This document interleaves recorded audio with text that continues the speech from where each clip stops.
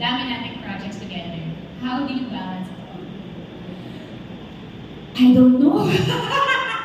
Hindi. Alam mo, sa totoo, kapag gusto mo kasi yung ginagawa mo, lahat ng ginagawa ko sa buhay ko ngayon, gusto ko, mahal ko, may passion, buong buo yung trabaho binibigay ko.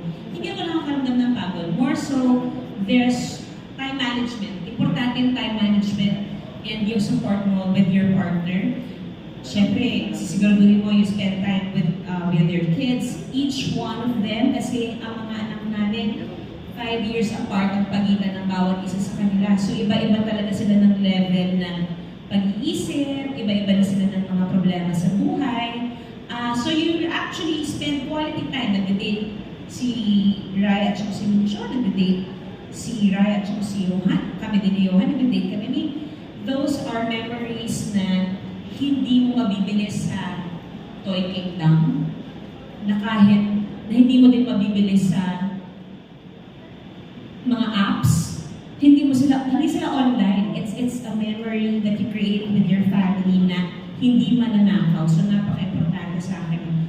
Kaya importante rin sa akin na properly scheduled ang bawat trabaho ko. Meron akong at least pahinga na isang araw in between of my working days kasi kailangan ko i-reset yung sarili ko at the same time makapagbigay ako ng oras sa pamilya ko, sa mga anak ko. Sorry, madaldal po talaga ako. Hintayin niyo kapag naka-wild ako, mas madaldal ako.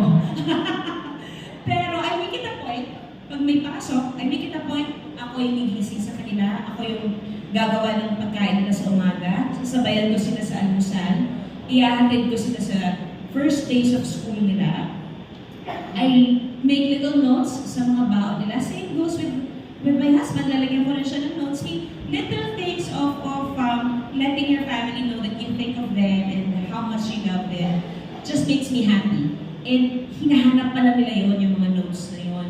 Nalulungkot sila kapag wala yung notes. So, nababalidate naman yung puso ng pagiging nanay na, okay, meron naman palang napupuntahan yung pag-isip ko sa umaga kahit madami na yung wrinkles ko at lumalalim na yung eye bags ko. Okay lang naman, basta para sa pamilya, gagawin mo talaga. And it's a fun bonding activity na kailangan mong i-instill sa kanila because those are the things na ipapass din nila pag nagkaroon na sila ng pamilya nila. Pero sana hindi pa naman, di ba? Thank you for sharing that part of it with us. Ang may ko lang nalaman, yung that side of Julian. Yes. Okay, hindi mo na